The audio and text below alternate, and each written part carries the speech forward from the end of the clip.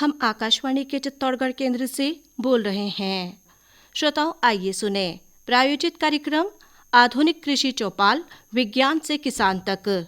इसके प्रायोजक हैं कृषि एवं किसान कल्याण मंत्रालय, भारत सरकार।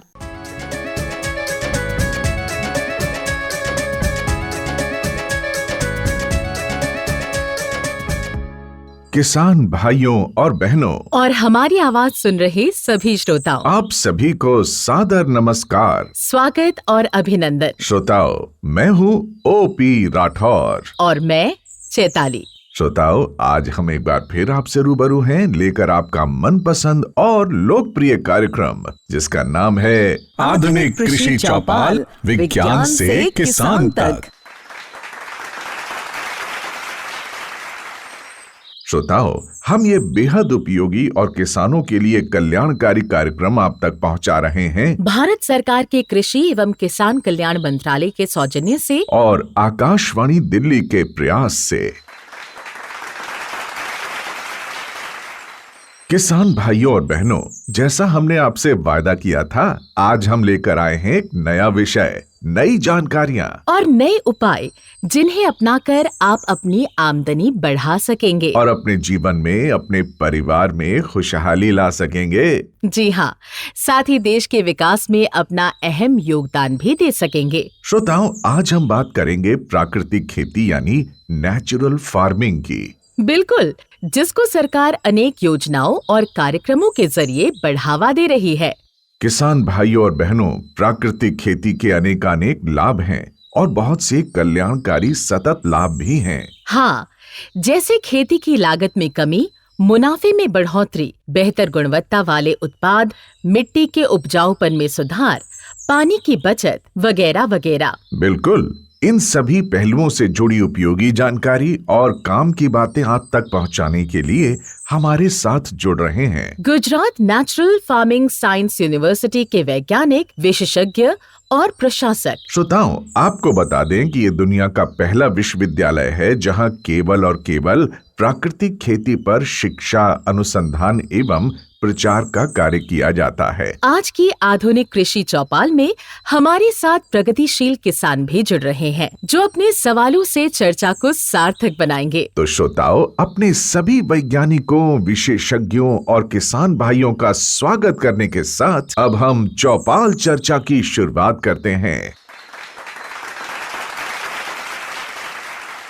किसान भाइयों और बहनों, सबसे पहले हम ये जानने की कोशिश करते हैं कि प्राकृतिक खेती क्या है और ये हमारे किसान भाइयों के लिए, देश के लिए क्यों महत्वपूर्ण है। हमें ये अहम जानकारी दे रहे हैं Gujarat natural farming science university के कुलपति डॉक्टर C.K. टिम्बाडिया जी।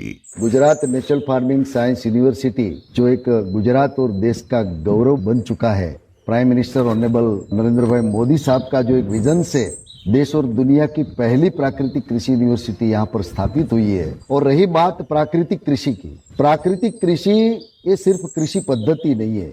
आज देश और दुनिया के सामने जो क्लाइमेट चेंज, ग्लोबल वार्मिंग, जन जन का जो आरोग्य, ये सब जो खतरे में है, ऐसे मौके पे ये प्राकृतिक कृषि एक जीवन शैली बनना चाहिए और बन रही है।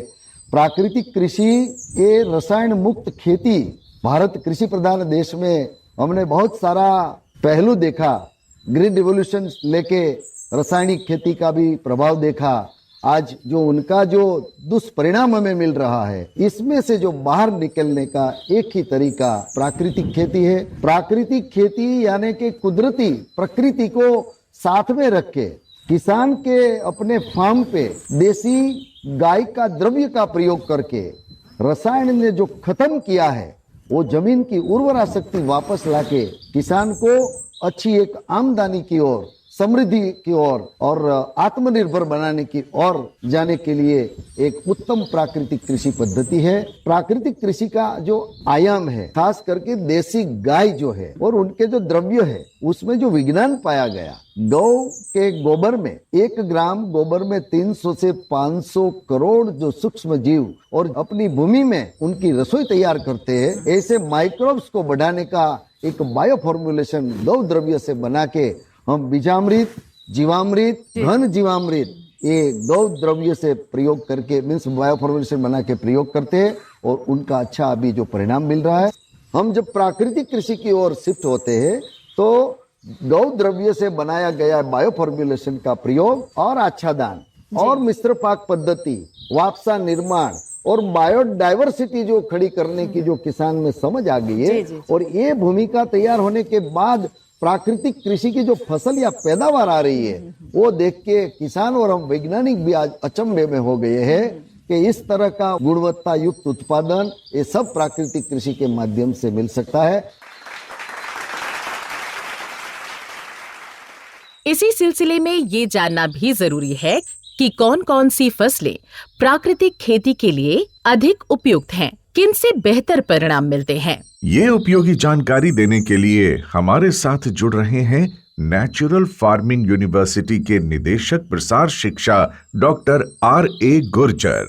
भारत में अलग अलग जगह पे अलग अलग वातावरण है और प्राकृतिक कृषि में आप हर प्रकार के पौधे और हर प्रकार की किस्म के धान, दलहन और अन्य पाक कोई भी किसान भारत के किसी भी कोने में उगा सकता है। प्राकृतिक कृषि में सबसे बड़ा महत्व ये है, आप जो भी उगा रहे हैं उनको एक दूसरे के साथ उगाना है, जिसको हम मिक्स फार्मिंग बोलते हैं। मिक्स फार्मिंग करने के कारण मल्टीपल क्रॉप के बीच में एक माइक्रो क्लाइमेट डेवलप होता है और वो माइक्रो क्लाइमेट हर एक पौधे को हेल्प करता है और इसके कारण हम किसी भी प्रकार की खेती प्राकृतिक खेती के साथ कर सकते हैं।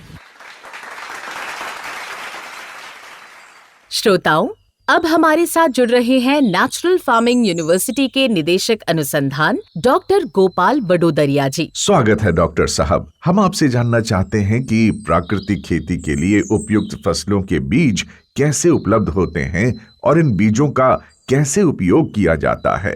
जो स्थानीय जाते हैं, जैसे स्थानीय किस्में बोला जाती है, उसका ज़्यादा महत्व है क्योंकि स्थानीय किस्में है उसमें स्थानीय जलवायु के सामने, मिट्टी के सामने, रोग कीटों के सामने अधिक अनुकूलित होती है और इसमें उत्पादन क्षमता है वो स्थायी रहती है। जैसे साल भर साल उसकी उत्पादन क्षमता ऊपर नीचे नहीं होती, वो स्थायी उत्पादन क्षमता रहती है। साथ ही साथ ये बीज को हम सुरक्षित रख सकते हैं और अगली पीढ़ी तक ले जा सकते हैं, यानी किसान आत्मनिर्भर बनता है, उसे बाजार से कोई नए बीज खरीदने की जरूरत नहीं रहती, वो अपना ही जो स्थायी बीज है वो यूज कर सकते हैं। इसलिए हम प्राकृतिक कृषि में महत्वपूर्ण ये है कि बाहर से कुछ भी नहीं लाना, बीज भी नहीं लाना, कोई घटक भी नहीं लाना, सभी अपने खेत का ही यूज करना है और प्राकृतिक खेती करना है, जिससे किसान आत्मनिर्भर बन सके और उसका जो उत्पादन का खर्च है, लागत है, वो कम हो जाए और उसकी उत्पादन क्षमता बढ़ जाए।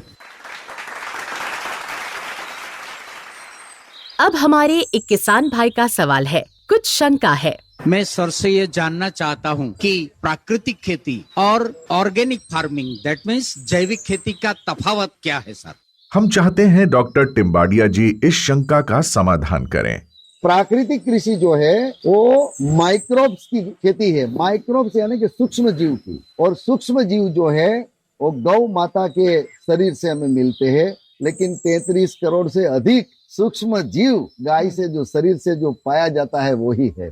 तो कहने का मतलब यह है प्राकृतिक कृषि ये सूक्ष्म जीवों की खेती है। सूक्ष्म जीव ही अपनी वनस्पति का रसोई तैयार करने का काम अपनी भूमि खेत में करते हैं, तो इनको बढ़ाने की जो ज्यादा प्रवृत्ति होती है वो प्राकृतिक कृषि में होती है। ऑर्गेनिक फार्मिंग के बारे में आपको बताओ तो सबसे बड़ा जो हम मैन्यूर का प्रयोग करते हैं यानी कि खाद का प्रयोग ऑर्गेनिक फार्मिंग में होता है, तभी हम पाक को पोषक तत्व पूरा पा सकते हैं। यहाँ पर सेंद्रिय खेती ये एकदम खर्चाल खेती है, उसमें किसान को सभी जो बायो इनपुट है वो बाहर से लाके खेती करना पड़ता है। और यहाँ पर हमने बताया सिर्फ एक गाय का पालन करे, बाकी सब फसलें अपनी हो, किसान अपने फार्म पे ही अपने पाक अवशेषों का उपयोग ज्यादा रिसाइकलिंग मल्चिंग में करे, जीवामृत, बीजामृत और घन जीवामृत अपने घर पे ही बनावे और मिश्र पाक तो जड़ है प्राकृतिक खेती की, इनकी जानकारी लेके सिर्फ टेक्निकल ट्रेनिंग लेके ये काम आगे बढ़ा सकता है। उसमें इन्वेस्टमेंट की ज्यादा जरूरत नहीं है। प्राकृतिक कृषि में जो किसान की फसल जो पूरी विधि अपनावे तो कम नहीं होती। ऑर्गेनिक फार्मिंग में चाहे भी हो अति खर्च करने के बावजूद भी उसमें इतनी इनकम नहीं मिलती। प्राकृतिक खेती में जुताई करने की जरूरत नहीं है, ऑर्गेनिक फार्मिंग है उसमें जुताई, उसमें मोनोक्रॉपिंग, प्राकृतिक खेती में मिक्स क्रॉपिंग, इतना सारा तफावत है। फिर भी आज हमें लगता है कि पूरे देश के लोगों को इनकी जानकारी नहीं है। प्राकृतिक कृषि में रोग और कीट उनका भी इतना आक्रमण नहीं होता है। ऑर्गेनिक फार्मिंग में यदि किसान जरा भी चूक लगावे और बायोपेस्टिसाइड का प्रयोग समय पे नहीं किया और केयर नहीं ली तो वो क्रॉप फेल होता है। डॉक्टर गोपाल वडोदरिया जी, हमारे किसान भाई जानना चाहते हैं कि जलवायु परिवर्तन की चुनौती से प्राकृतिक खेती कैसे निपटेगी, क्या ये भी प्रभावित होगी? प्राकृतिक खेती एक ऐसी प्रणाली है जो आज के बदलते जलवायु परिवर्तन में फसल को टिका सकती है। प्राकृतिक खेती में जैसे हमारे माननीय वाइस चांसलर सर ने कहा कि हम सूक्ष्म जीवों की खेती करते हैं। सूक्ष्म जीवों की खेती करने से हमारी जमीन की जो फर्टिलिटी है, प्रोडक्टिविटी है, वो बढ़ती है, उसकी पोरोसिटी बढ़ती है और इसके कारण जब अतिवर्षा होती है तो हमारी जमीन ज्यादा जल धारण कर सकती है, जिससे बाढ़ नहीं आ सकती। साथ ही साथ जमीन जिंदा होने के कारण उसमें सूक्ष्म जीवाणुओं की एक्टिविटी बढ़ती है, जिससे माइक्रो एग्रीगेट्स और माइनर एग्रीगेट्स बनते हैं, जिसमें हमारा कार्बन सिक्वेस्ट्रेशन भी ज्यादा होता है, जिससे ग्रीन हाउस गैसेस है उसको भी हम स्थापित कर सकते हैं प्राकृतिक कृषि से। और जो प्राकृतिक खेती में हम बायोडाइवर्सिटी को ज्यादा महत्व देते हैं, यानी अलग अलग प्रकार की फसलें, अलग अलग प्रकार के जीवों और अलग अलग प्रकार के सूक्ष्म जीवों का साथ में अस्तित्व होता है, जिससे सूक्ष्म जलवायु, जिसको हम माइक्रो क्लाइमेट बोलते हैं, वो स्थिर रहता है, जिससे ज्यादा तापमान, अतिवर्षा या तो सूखा पड़ना, उससे जमीन एक स्टेबल हो जाती है, एक बफर का काम करती है। ये सभी शॉक को एब्सॉर्ब कर सकती है और पाक को प्रतिरोधक शक्ति देती है।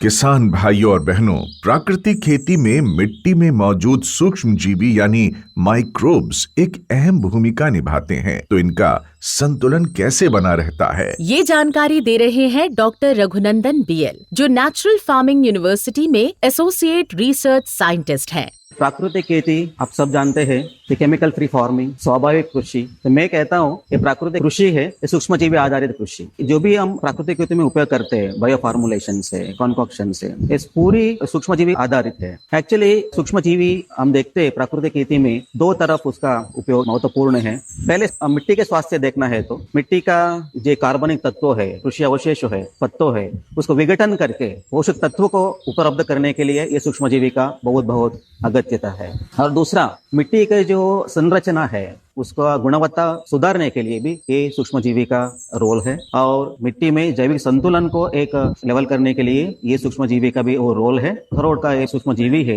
ये मिट्टी में उसको संतुलन करने में भी ये इसका रोल है। रोगजनक जो सूक्ष्म जीवी है उसको नियंत्रित करने में भी सूक्ष्म जीवी का रोल है। और पौधे का दृष्टि में देखना है तो पौधे का वृद्धि करना है, पौधे में रोग निरोधक शक्ति को बढ़ाने में भी ये माइक्रो सूक्ष्म जीवी का रोल है। प्राकृतिक खेती की बात करें तो एक शब्द बार बार सुनाई देता है, जीवामृत। बिल्कुल, जीवामृत क्या है, इसे कैसे बनाते हैं, बता रही है डॉक्टर रवीना एमीपारा, जो इसी यूनिवर्सिटी में असिस्टेंट रिसर्च साइंटिस्ट हैं। जीवामृत की बात हम करें तो प्राकृतिक कृषि में जीवामृत का जो उपयोग करते हैं किसान, वो मिट्टी की उर्वरकता बढ़ाने के लिए करते हैं। और वैसे मैं बात करूँ तो जीवामृत जो है वो सूक्ष्म जीवाणुओं का भंडार है, जिसमें हम सूक्ष्म जीवाणु का मल्टीप्लिकेशन करते हैं, जो कि हमारी जमीन है उसमें बहुत ज्यादा उपयोगी है। तो जीवामृत बनाने के लिए हमें देशी गाय का गोबर जो 10 किलोग्राम चाहिए होगा, और देसी गाय का जो गौमूत्र है वो भी 10 लीटर हमें यूज करना है। और हमें एक 200 लीटर का प्लास्टिक का हम ड्रम बोल सकते हैं, तो उसको लेकर उसमें जो गोबर का और गौमूत्र का मिश्रण बना के उसको ऐड करना है। और उसके बाद जो बेसन है, किसी भी दाल का जो आटा है वो हमें 1.5 से 2 किलो तक लेना है। और देशी गुड़ है उसे हमें 1.5 से 2 किलो तक लेना है। और सजीव मिट्टी हम बोलते हैं, किसी भी पेड़ के नीचे से हम जो सजीव मिट्टी बोलते हैं, तो एक मुट्ठी लेकर ये सभी जो सामग्री है उसका स्लरी बनाना है। और जो 200 लीटर का ड्रम है उसमें 180 लीटर पानी डालकर उसमें मिक्स करना है, और उसको एकदम घुलन हो जाए ऐसे मिक्स करना है। और उसे 5 से 6 दिन तक ऐसे ही छांव में कंतान से ढककर रखना है। और दिन में 2 बार, सुबह और शाम को, उसे लकड़ी की मदद से हिलाना है। और ये जीवामृत है, ये प्राकृतिक कृषि में बहुत ही महत्वपूर्ण आयाम है। जीवामृत है वो मिट्टी में जितना हम दे सके उतना बढ़िया इसका रिजल्ट आता है। डॉक्टर रवीना इसी से जुड़ा एक सवाल हमारे किसान पूछना चाहते हैं। जीवामृत बनाने के बाद हम इसका कितने दिनों में उपयोग कर सकते हैं, कब तक कर सकते हैं और इसका प्रमाण क्या है? जीवामृत जब हम बनाते हैं तो हम मौसम के हिसाब से वो 6 से 7 दिन में तैयार हो जाता है। तैयार होने के बाद 3 से 4 दिन तक हम यूज कर सकते हैं और 3 से 4 दिन तक अब तैयार होने के बाद जीवामृत रखते हैं तो उसे सुबह शाम है वो हिलाना भूलना नहीं है, क्योंकि वो भी एक जरूरी है। इससे हम जितना जल्दी यूज कर सके उतना ज्यादा बेनिफिट मिलता है, ज्यादा फायदा होता है। डॉक्टर रवीना, इसी के साथ हमारे किसान भाइयों को बीजामृत के बारे में भी बता दीजिए। बीजामृत है वो प्राकृतिक कृषि में एक महत्वपूर्ण आयाम माना जाता है, जो कि रासायनिक कृषि में हम देखते हैं कि किसानों है वो अत्यंत हानिकारक जो केमिकल है उससे बीज का उपचार करते हैं। पर हमें प्राकृतिक कृषि में क्या करना है कि बीज है उसका उपचार है वो बीजामृत से करना है। जो किसान है वो बड़ी सरलता से अपने खेत पे तैयार कर सकते हैं। उसमें भी देसी गाय का गोबर है, गौमूत्र है, चूना है और मुट्ठी भर जो सजीव मिट्टी है उसका उपयोग करके उसको मिश्र करते बीजामृत है वो बनाया जाता है। और बीजामृत का जो उपयोग करते हैं तो बुआई के समय हम बीज को ट्रीट करते हैं और उपचार करते हैं। इससे क्या होगा कि बीज जब शुरुआत के स्टेज में है, कोई भी फसल है वो शुरू में एकदम नाजुक होते हैं, जैसे शुरुआत में उसको बहुत केयर की जरूरत होती है। तो बीजामृत से ट्रीटमेंट देने के बाद हमें जो अंकुरण क्षमता है वो बढ़ जाती है बीज की, और उसमें जो प्रारंभिक फसल में रोग जीवात लगते हैं उसका भी फायदा मिलता है और वो कम किया जा सकता है। इसलिए बीजामृत है सभी किसानों को बनाकर वो बीज को संस्कारित करना ही चाहिए। प्राकृतिक खेती में घन जीवामृत का भी जिक्र आता है। जी, ये क्या है जानते समझते हैं डॉक्टर अल्पेश भिमानी जी से, जो नेचुरल फार्मिंग यूनिवर्सिटी में असिस्टेंट रिसर्च साइंटिस्ट है। घन जीवामृत वो एक जीवामृत का सूखा रूप जिसको बनाने के लिए देसी गाय के सूखे गोबर का प्रयोग होता है। इसके लिए 1.5 फीट ऊंचा सूखे गाय का गोबर का बेड बनाना है और इस बेड की लंबाई और चौड़ाई हम कितनी भी ले सकते हैं, लेकिन ख्याल रहे कि बेड की ऊंचाई सिर्फ 1.5 फीट ही हो, उससे ज्यादा नहीं। और एक बात ख्याल रखनी है वो है कि इस बेड को छांव में बनाना है जहाँ पे सीधा धूप और पानी ना गिरे। और इस बेड को बनाने के बाद इसमें लकड़ी से छिद्र बनाने और वह छिद्र 1 फीट अंतर पे जिगजैग पैटर्न में होने चाहिए। अब इस छिद्र को 100 किलोग्राम सूखे गाय के गोबर में 20 से 30 लीटर जीवामृत से हम उसको भर देते हैं। उसके बाद जीवामृत है वो पूरे बेड पे फैल जाएगा और उसको 7 दिन के लिए हम वैसे ही छोड़ दे। उसके बाद पावडे से उसको मिश्रित कर दे। अब इस विधि को दूसरी बार हम रिपीट करेंगे 7 दिन के बाद, फिर से उसी साइज का बेड बना ले। और घन जीवामृत है वो डीएपी खातर की तरह हम बीज बोने से पहले प्रति एकड़ 1 टन कम से कम जमीन में दे सकते हैं। डॉक्टर अल्पेश, प्राकृतिक खेती में किसान भाई जो मेहनत करते हैं, क्या उसका पूरा फल मिल पाता है उन्हें? क्या करना चाहिए इसके लिए?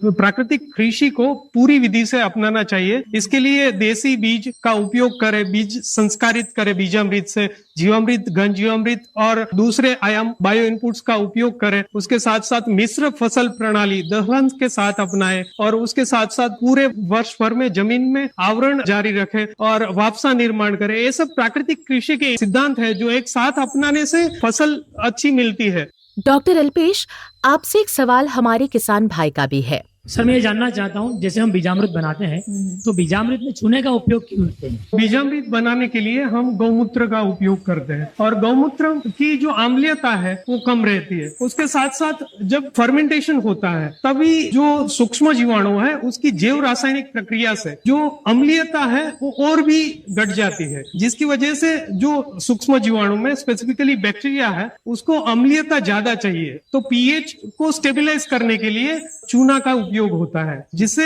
7 से ज्यादा पीएच मेंटेन हो सके। डॉक्टर रघुनंदन, प्राकृतिक खेती में सप्त धान्य अंकुर अर्क का नाम भी आता है, ये क्या है और इसके क्या लाभ हैं? सप्तधान्य अंकुर अर्क एक बायो फार्मुलेशन से ये छिड़काव करने के लिए उपयोग करते हैं। सप्ता मतलब 7 दानों को उपयोग करके ये बनाए हुआ है बायो फार्मुलेशन से। तो ये 7 ये जो दानों है ये काला तिल, मूंग, उड़द, कौपी, मसूर, गेहूं और चना, ये 7 अलग अलग प्रकार का दानों को उपयोग करके बनाया हुआ है ये सप्तधान्य अंकुर। इसके उपयोग से पौधे के अलग अलग जातियों है, अलग अलग स्थिति के ऊपर निर्धारित वे उसको छिड़काव करते हैं। तो ये सप्तधान्य अंकुर के अगर उपयोग करने की वजह से दानों का चमकता बढ़ता है और फल में स्वाद बढ़ता है और जो दानों का वजन बढ़ता है सप्तधान्य अंकुर की वजह से फल का यानी जो ये दान का गिरना होता है ना ये बंद हो जाता है। सप्तधान्य अंकुर का यही 4 उपयोगिता है, तो उसके वजह से दानों का चमकता बढ़ता है। किसान भाइयों और बहनों, अब हम बात करेंगे प्राकृतिक खेती से सीधे लाभ की, यानी प्राकृतिक खेती से प्राप्त उत्पादों की बाजार में बिक्री की, मार्केटिंग की। हमारे साथ है नेचुरल फार्मिंग यूनिवर्सिटी के अमरेली स्थित कॉलेज के प्रिंसिपल डॉक्टर स्वप्निल देशमुख। प्राकृतिक खेती कोई नई पद्धति ऐसा कुछ नहीं है, हम पीढ़ी दर पीढ़ी ये खेती करते आ रहे हैं, तो इसमें लागत खर्च सबसे कम है। जैसे मैं हमारे प्रयोगों की बात करूं तो केमिकल फार्मिंग के कंपेयर में जो प्राकृतिक खेती करते हैं उसमें 2.5 गुना तक आपका खर्च कम रहता है। यील्ड में जो हमें रिसर्च में जो मिला है उसमें थोड़ी भी उत्पादन में कमी नहीं मिली, कि जो केमिकल या फिर ऑर्गेनिक में तो मिलती ही नहीं है आवक 3 साल तक। तो हमारी प्राकृतिक खेती करने से 100% यील्ड आपकी केमिकल के कंपैरिजन में सेम ही आएगी। अगर किसी किसान को ऐसा लगे कि यील्ड में कम आ रही है लेकिन फिर भी उसकी लागत खर्च के हिसाब से अगर देखा जाए तो वो मुनाफे में ही रहेगा। डॉक्टर देशमुख, जूनागढ़ से जुड़े हमारे एक किसान भाई भी आपसे कुछ सवाल पूछना चाहते हैं। सर, हम प्राकृतिक खेती का उत्पादन करते हैं लेकिन उसकी मार्केटिंग कैसे करें? अगर दुनिया के साथ नहीं चलेंगे तो पीछे रह जाएंगे। अभी सोशल मीडिया का इतना बड़ा सब चल रहा है तो उसमें हमारे सभी किसानों ने पार्टिसिपेट करना चाहिए। सभी लोग जो शहर में बैठे हैं उनको प्राकृतिक भोजन ही चाहिए लेकिन उनको मिलता नहीं। तो अगर हमारे फार्मर्स सोशल मीडिया पे एक्टिव हो जाए, हमारे ही गांव में से बहुत सारे लोग शहर में जाके बस गए, तो उन लोगों को भी प्राकृतिक भोजन की जरूरत है। जो हम खेत में पैदा कर रहे हैं, हमें सिर्फ वो जहां पर भी आपके पास आए तो उनको सिर्फ आपने बोलना है जो आप वहां दाल खरीद रहे हो मैं पहुंचा दूंगा आप, और वहां जो पैसे दे रहे हो उससे थोड़ा कम जो मार्केट वैल्यू है, तो हमारी चीजों को हम वहां पर पहुंचाना है जहां डिमांड है। श्रोताओं, अब हमारे साथ जुड़ रहे हैं नेचुरल फार्मिंग यूनिवर्सिटी के हलोल स्थित कॉलेज के प्रिंसिपल डॉक्टर प्रभु नायका जी। डॉक्टर नायका, प्राकृतिक खेती के तहत उगाई जा रही फसलों में भी कीड़े और बीमारियां तो लगती ही होंगी, तो इसका निवारण और निदान कैसे किया जाए? अगर आपने प्राकृतिक खेती को 5 आयाम सिद्धांत आपने अपनाया तो उसमें कोई भी केमिकल स्प्रे करने की जरूरत तो है ही नहीं। और बाकी हम जो उसमें भलामण जो कर रहे हैं अग्न्यास्त्र, नीमास्त्र, ब्रह्मास्त्र, दशपर्णिक, इसका भी उपयोग बहुत कम तरीके से होगा, क्योंकि प्राकृतिक खेती का पहला आयाम जो है प्रिंसिपल वो बीजामृत। तो बीज को आप मौजूद कीजिएगा तो बीज का प्रोटीन बहुत बढ़िया हो जाएगा और उसका विग्रस ग्रोथ होगा और वो चूसे प्रकार का जीवात को लगभग 30 दिन तक वो लड़ने का क्षमता उसमें आ जाएगी। और साथ में आप इंटरक्रॉपिंग और मिक्स क्रॉपिंग और जीवामृत, घन जीवामृत डाल देकर जमीन का जो माइक्रोब्स का पॉपुलेशन तो बढ़ जाएगा। तो माइक्रोब्स में एपिफाइटिक करके माइक्रोब्स रहते हैं तो उस खेत का जो पैदाइश में ही अपने आप वो शक्ति आ जाता है कि ऊर्जा रेजिस्टेंस पावर उसमें बढ़ जाए। डॉक्टर नायका, इसी बात को अगर बढ़ाया जाए तो कीट व रोग प्रबंधन कब जरूरी है और कुछ उपाय भी बताएं। आपने अगर प्राकृतिक खेती को सही तरीके से अपनाया तो उसका जरूरत नहीं पड़ती। फिर भी है ना, एक ट्रांजिशन पीरियड रहता है। जो किसान पहली बार प्राकृतिक खेती करने जा रहे हैं तो उनके मन में थोड़ा शंका रहता है कि कहीं रोग ना आ जाए, कहीं जीवात ना आ जाए। इसलिए है ना, ये स्थानिक कीटक बोलता है, वो जगह पे हर समय पे हर वो सीजन पे वो कीटक आते ही है। तो उसके लिए हमारे में पास है अलग अलग चीजें हैं, नीमास्त्र है, अग्नास्त्र है, ब्रह्मास्त्र है, दशपर्णी अर्क है। तो वो अस्त्रों को हमने बना के उसको कीट आने से पहले ही उसको स्प्रे कर देने का, उसको प्रोफिलैटिक मेजर बोलते हैं। तो हमारा मकसद है कीट को मारने का नहीं, कीट को उससे दूर रखने का रहता है, क्योंकि ये एक फूड वेब है, वो खा के दूसरे जीवी भी उसमें जीवित रहता है, इसलिए उसको कुदरती के लिए वो छोड़ देने चाहिए। जो नीमास्त्र मराने के लिए आपको क्या चाहिए, पहले नीम के पत्ते चाहिए। तो हर एक में इंग्रेडिएंट में क्या होता है, हर एक आपने जो भी अस्त्र बनाया उसमें जरूरियत है गाय का गोमूत्र और पानी और एक चीज जो हमने एडिशन करते हैं नीमास्त्र दशपर्णी अर्क में कंपलसरी आपको गाय का छाण यूज करना रहता है। बाकी आपको ब्रह्मास्त्र में गाय का छाण यूज नहीं करने का, ओनली गाय का गोमूत्र भी यूज करने का। मानो कि आप पहले मैं नीमास्त्र की बात करता हूँ। 5 किलो आपका नीम का पत्ते ले लीजिए, वो इस तरह से उसको मिक्स कर लीजिएगा और 10 लीटर गाय का गोमूत्र ले लीजिएगा और 1-2 किलो गाय का गोबर, ये तीनों को अच्छे तरह से मिक्स करके 100 लीटर पानी में उसको अच्छी तरह से मिक्स करके 2 दिन उसको रखने चाहिए। सुबह और शाम को 2-2 टाइम 15-15 मिनट उसको हला के और फर्मेंटेशन करना चाहिए, जो 48 आवर्स में ये नीमास्त्र तैयार हो जाएगा। 6 लीटर नीमास्त्र को आप लगभग 200 लीटर पानी में मिक्स करके उसको स्प्रे कर सकते हैं। किसान भाइयों और बहनों, अब हम प्राकृतिक खेती में काम आने वाले कुछ अन्य प्राकृतिक उत्पादों और विधियों की बात करेंगे। हाँ, और ये उपयोगी जानकारियाँ आप तक पहुँचाने के लिए हमारे साथ जुड़ रही हैं नेचुरल फार्मिंग यूनिवर्सिटी की असिस्टेंट प्रोफेसर डॉक्टर धारा प्रजापति। डॉक्टर प्रजापति, सबसे पहले एक सवाल हमारे किसान भाई का। मेरा एक सवाल है कि प्राकृतिक खेती में मिर्ची, अदरक और लहसुन अर्क का कैसे उपयोग करेंगे?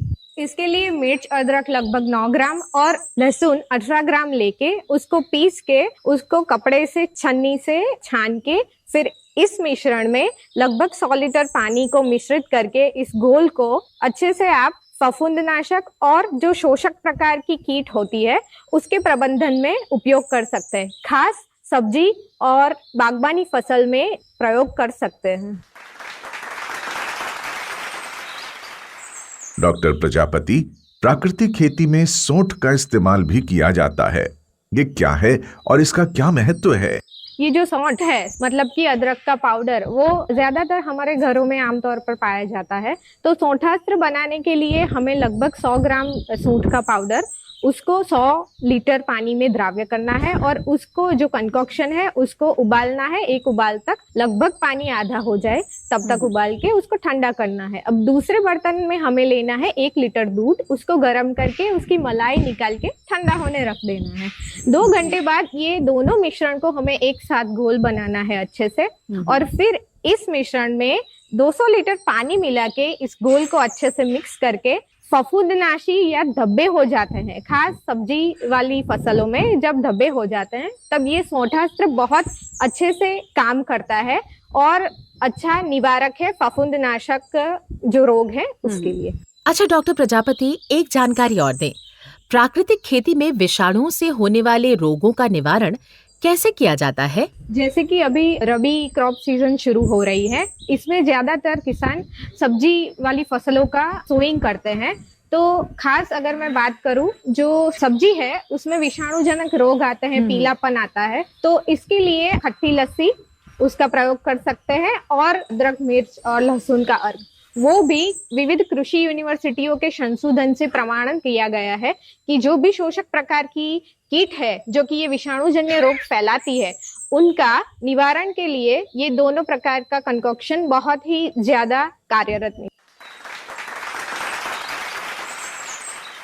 किसान भाइयों और बहनों, अब हम आज की आधुनिक कृषि चौपाल के समापन की ओर बढ़ते हैं। हम धन्यवाद देते हैं और आभार प्रकट करते हैं उन सभी वैज्ञानिकों का जो हमारे साथ जुड़े और प्राकृतिक खेती पर अनेक उपयोगी जानकारियां दी। हमें आशा और विश्वास है कि हमारे किसान भाई वैज्ञानिकों द्वारा सुझाए गए उपायों को अपनाकर प्राकृतिक खेती को अपनाएंगे और अपनी आमदनी बढ़ाएंगे, अपने जीवन को खुशहाल बनाएंगे। हम उन सभी प्रगतिशील किसानों के आभारी हैं जिन्होंने चर्चा में शामिल होकर चौपाल को सार्थक बनाया। बिल्कुल किसान भाइयों और बहनों, हम आधुनिक कृषि चौपाल को आपके लिए और अधिक उपयोगी और जानकारी पूर्ण बनाना चाहते हैं। इसके लिए हमें आपके सुझाव और प्रतिक्रियाएं चाहिए। हमें ईमेल भेजकर अपने सुझाव भेजें और बताएं कि हमें आधुनिक कृषि चौपाल में और क्या-क्या शामिल करना चाहिए। अपने ईमेल भेजने के लिए हमारा पता नोट कर लें, kkbongold@gmail.com। ईमेल पता एक बार फिर सुने और नोट करें, kkbongold@gmail.com। श्रोताओं, अब समय है आपसे विदा लेने का, लेकिन इससे पहले आपको बता दें कि हम फिर जल्दी ही आपसे रूबरू होंगे आधुनिक कृषि चौपाल की एक नई कड़ी लेकर, एक नए विषय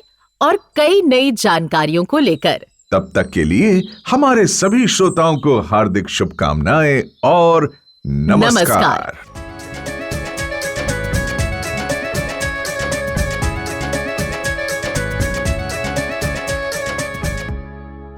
आधुनिक कृषि चौपाल, विज्ञान से किसान तक। कृषि एवं किसान कल्याण मंत्रालय, भारत सरकार द्वारा ये प्रायोजित कार्यक्रम अभी आपने सुना। हम आकाशवाणी के चित्तौड़गढ़ केंद्र से बोल रहे हैं। FM बैंड 102.9 मेगाहर्ट्ज पर।